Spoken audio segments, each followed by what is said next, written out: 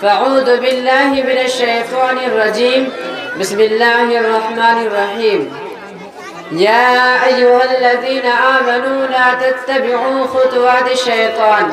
ومن يتبع خطوات الشیطان فإنه يأمر بالفحشاء والمنکر صدق اللہ العظیم۔ معزز سامعین کرام، میں نے آپ حضرات کے سامنے قرآن مقدس کی ایک آیت پڑھی ہے جس میں رب کائنات نے ارشاد فرمایا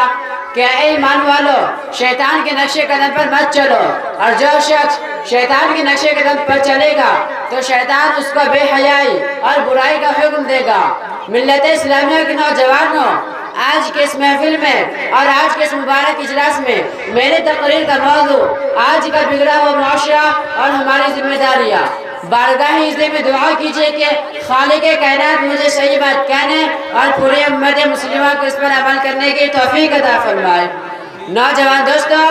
آج کے اس نازک دور میں ہمارا معاشرہ اور سماج کن کن خرابیوں سے دوچار ہے، اس کے اسباب و وجوہات کیا ہے، ان سے مقابلہ اور دفاع کی کیا تدابیر ہے، ان کو اس مختصر سے وقت میں بیان کرنا اور ان پر تفصیلی روشنی ڈالنا دشواری نہیں بلکہ ناممکن سا معلوم ہوتا ہے، لیکن سر دست دور حاضر کے بعد شدید فتنوں کا اجمالاً اور بعض کا تفصیلاً ذکر کر دینا مناسب سمجھتا ہوں۔ دوستو، وہ اسباب کے جنہوں نے معاشرے کی بنیاد کو ہلا کر رکھ دیا ہے اور امت مسلمہ کے دامن عفت کو تار تار کر دیا ہے، ان میں سے سفلی عمل کرنا اور کرانا، غیر مشروع طور پر گندے تعویذ کرنا، غیر شرعی کاموں کے لیے منت ماننا، ماں باپ کی نافرمانی کرنا، مردوں کا ٹخروں سے نیچے پائجامہ پہننا، غیر محرم مردوں اور عورتوں کا بے محابہ ملنا جلنا، تفریحات میں وقت ضائع کرنا، ریڈیو ٹیلی ویژن پر فواہشات اور حیا سوز مضامین کا نشر ہونا، ان کا دیکھنا اور سننا، سنیما دیکھنا، جوا کھیلنا، عورتوں کا بے پردہ رہنا، گلا بازو اور پیٹ کا کھلا رہنا، بالغ لباس پہننا، شوہر کی امانت میں خیانت کرنا، دفاتر میں نامحرموں کے ساتھ کام کرنا،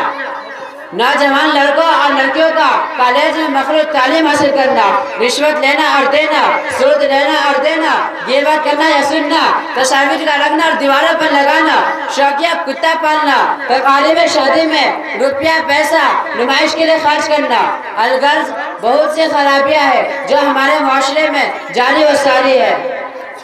محترم حضرات، یہ بھیانک بیماریاں ہیں جن کا تذکرہ اجمالی طور پر میں نے آپ کے سامنے رکھا۔ طول میں نہ جاتے ہوئے بعض شدید فتنوں کی وضاحت کر دینا چاہتا ہوں۔ مناسب معلوم ہوتا ہے کہ اولاً اس فتنہ کا تذکرہ کیا جائے جس نے شرم و حیا کا جنازہ نکال کر مکاری و عیاری کام کر دیا ہے، جسے لوگ بے پردگی سے یاد کرتے ہیں۔ حضرات، ایک دور وہ تھا گانا بجانا، ناچنا اور منہ کھول کر غیروں کے سامنے بیٹھنا معیوب شمار ہوتا تھا۔ اونچے اور بڑے درجے کے لوگ تو درکنار اور کم درجے کے لوگ بھی اس کو بے حیائی اور برا فعل یقین کرتے تھے۔ کیا کسی کی شرم و غیرت اس بات کی اجازت دے سکتی تھی کہ اس کی بہو بیٹی غیروں کے سامنے ناچے اور گائے؟ کیا یہ ممکن تھا کہ ناچ گانوں کی محفل میں اپنی عورتوں کو غیر مردوں کے سامنے بے پردہ کے بٹھا دیا جائے؟ ہرگز نہیں۔ لیکن افسوس، صد افسوس، آج کے ہر شہر میں کئی سنیما ہے جہاں مردوں اور عورتوں کے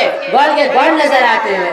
شریف زادہ خود ایکٹروں کے فرائض انجام دیتی ہے، گندے اور فحش قصوں کی اداکاری میں اجنبی مردوں کے سامنے نہایت بے باکی سے حصہ لیتی ہے، شرم و حیا ان پر ہوتی ہے، مگر ان کے سامنے مردوں اور عورتوں کے گروہ بیٹھے ہوئے تھے اور کہہ لگا کر ان کو خوب داد دیتے ہیں اور خود ہی اپنی تہذیب کا مذاق اڑاتے ہیں۔ ہائے افسوس، ہماری عقل کہاں چلی گئی؟ مالدار اور غریب سبھی اس بیماری میں مبتلا ہے۔ کیا یہی انسانیت ہے کہ اپنی بہو بیٹیوں کے ساتھ تماشا دیکھا جائے؟ آقا دو جہاں صلی اللہ علیہ وسلم نے ارشاد فرمایا کہ میں گانے بجانے کو مٹانے کے واسطے بھیجا گیا۔